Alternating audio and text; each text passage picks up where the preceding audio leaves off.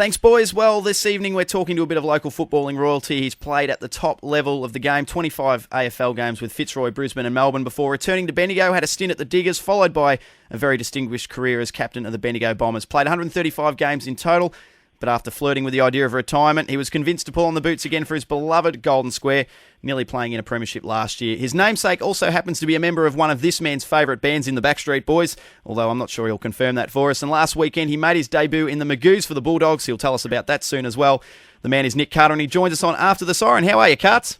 Go, Jonesy. Good, mate. Yourself? Going all right, mate. We'll get stuck straight into it. The first question being, as a kid growing up, Carts, who was your footballing idol? Oh, it would have to be Greg Williams. He was playing at Golden Square when the old man was kicking around. Now, you've played, like I said, across a number of levels with a lot of clubs. I'm sure you've met plenty of characters in your time as a footballer. Tell us who's the most annoying player you've ever come across in your career, Nick? Oh, most annoying player is Tony Liberatore. I actually used to knock around with him a little bit when he was at the Bulldogs and Nathan Brown was there, and a couple of times grabbed me where you don't want to get grabbed on a footy field, so probably Libba. Not the old squirrel grip, mate.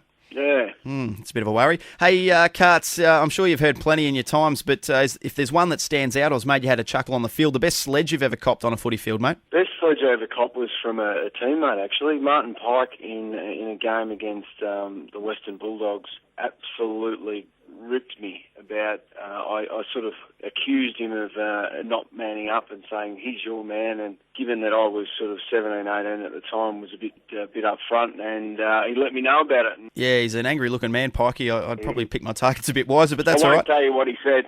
Yeah, fair enough. Hey, Carts, 3 people you'd invite round to your house for a beer, mate? Oh, have to be a good self, Jonesy, Coggo, and Zach Harvey. Oh, you're a good man. We know you played your game in the twos coming back from injury. Tell us a bit about it, mate, though. How was it? How'd you find the experience? And do you think you've done enough to impress Mark Adamson for a return to the ones? Oh, look, I'll see how I go. I played 3 quarters. I kicked a few goals and had a run around and played on the ball a bit, so my preparation's it's getting there, and obviously we've got a important game this week against Gisborne, and hopefully, I'll get the nod. Now, I've got a bit of a multiple choice here for you, Carts. Got one option is a candlelit dinner for 2 at the sensational Rifle Brigade Hotel with Jessica Alba, or, mate, the other option is a 10-goal haul for the Doggies in a grand final. Which one do you take? Oh, can I play footy first and then go for dinner? No, mate, multiple choice. Come on, we'll put you on the spot. 10-goal haul in the granny. Good work. What's getting a bit of a run on the iPod or maybe in the car, the CD player at the moment as far as music's concerned, Carts? Well, I saw Nick Cave play last year, and a big fan and Grinder Man, so I'm into Grinder Man at the moment, one of his bands. All right, Carts, we know you're pretty competitive on the field, mate, a bit of a hard nut, but I'd imagine there's a softer side to Nick Carter that we want to know about. The most romantic thing you've ever done for a girl, Nick? Oh, what would that be? I'm pretty good with the roses and flowers and stuff like that. Just setting the tone of the evening, I think, Jonesy. All right, well, at 3BO, we know you simply as Carts, but are there any other nicknames that are floating about, mate, from your time in footy that you'd like to share with us? I may as well come out with them because someone will probably ring up. Cuddler, that was one of them over the time, related to a public show of affection in a nightclub. The other one was Chucky, which was the first training session I went to at Fitzroy.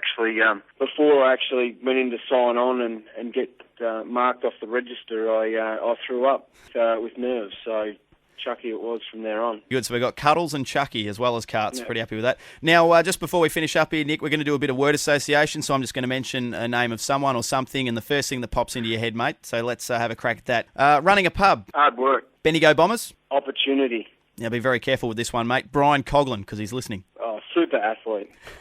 Mark Adamson. Very thorough and disciplined.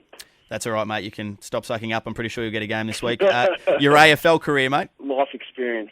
What about your brother, Christian? Doesn't like the handball. All right, mate. And just quickly, finally, now we know it's a bit of an unwritten rule. What happens on a footy trip stays on a footy trip. But if you could just enlighten us for one moment, the silliest thing you've ever done on a footy trip and gotten away with. I was in Mexico. I went into one of the big nightclubs there where there's, 10,000 odd people. And I went in there and there's these guys that are in the toilets. Now, they're basically there selling you, combs, lighters, all this sort of stuff. Anyway, there's this glass and it's got all these combs in it. So I'm I go in there and I start doing the hair and freshening up and everything like that. And for the rest of the trip, I just had this. I obviously caught something from the comb in the Mexican toilet. There you go. Well, there's a word of warning for anyone who heads over to Mexico. Don't use the combs in the bathrooms. Nick, You've done a sensational job, mate, so thank you for joining us on After the Siren and having a chat outside the boundary. Hopefully the legs can hold up for the rest of the year and you can go one better and get that premiership, mate. Thanks, Jonesy. No worries. Nick Carter there, boys, on Outside the Boundary. And if you'd like to dob in a teammate, please let us know about it. It can be a footballer or a netballer. Just simply send us an SMS on 0428 326 326.